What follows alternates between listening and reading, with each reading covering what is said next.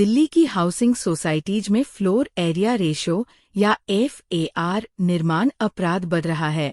इन दिनों भारत की राजधानी नई दिल्ली में एक खतरनाक फ्लोर एरिया रेशो या FAR या FAR निर्माण हो रहा है। सरकार की FAR योजना दिल्ली की सहकारी समूह आवास समितियों या CGHS को अधिभोगी आवास समितियों में बड़े पैमाने पर निर्माण करने की अनुमति देती है। चूंकि कई वर्षों से चल रहे FAR निर्माण से आवासीय परिसरों में घातक धूल प्रदूषण, ध्वनि प्रदूषण और वायु प्रदूषण फैलता है, इसलिए इन घरों में रहने वाले सैकड़ों या हजारों बच्चे, पुरुष, महिलाएं, जिनमें वरिष्ठ नागरिक भी शामिल हैं, पिछले कुछ वर्षों से पीड़ित है।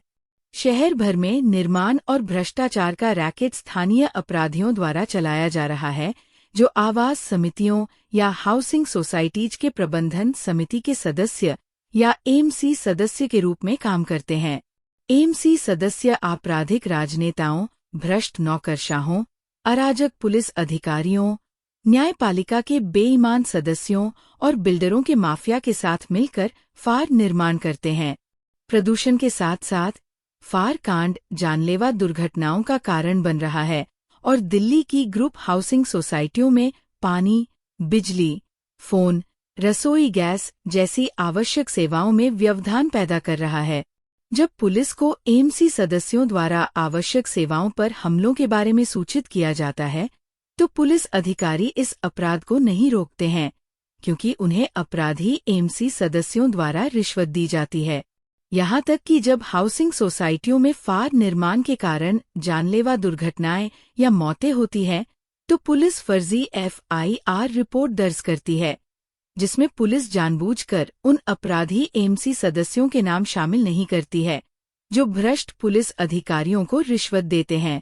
दिल्ली विकास प्राधिकरण DDA, जो मुख्य रूप से FAR अपराध के लिए जिम्मेदार है, जानलेवा निर्माण को नहीं रोकता है, क्योंकि DDA अधिकारियों को भी हाउसिंग सोसाइटियों के AMC सदस्यों द्वारा रिश्वत दी जाती है।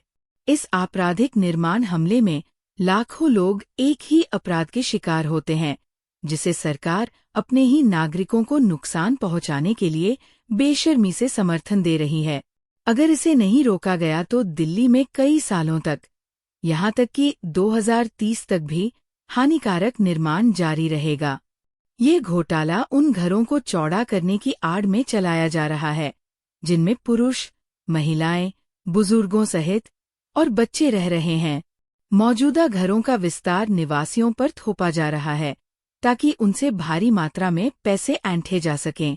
हालांकि इस घोटाले में कई विभाग और अधिकारी शामिल हैं, लेकिन अपराधी AMC सदस्य मुख्य रूप से दिल्ली विकास प्राधिकरण DDA, दिल्ली सरकार के रजिस्ट्रार सहकारी समितियां RCS, कार्यालय, दिल्ली अग्निशमन सेवा DFS, केंद्रीय प्रदूषण नियंत्रण बोर्ड CPCB, दिल्ली प्रदूषण नियंत्रण समिति DPCC, दिल्ली शहरी कला आयोग DUAC और दिल्ली पुलिस के भ्रष्ट अधिकारियों के साथ मिलीभगत रखते हैं।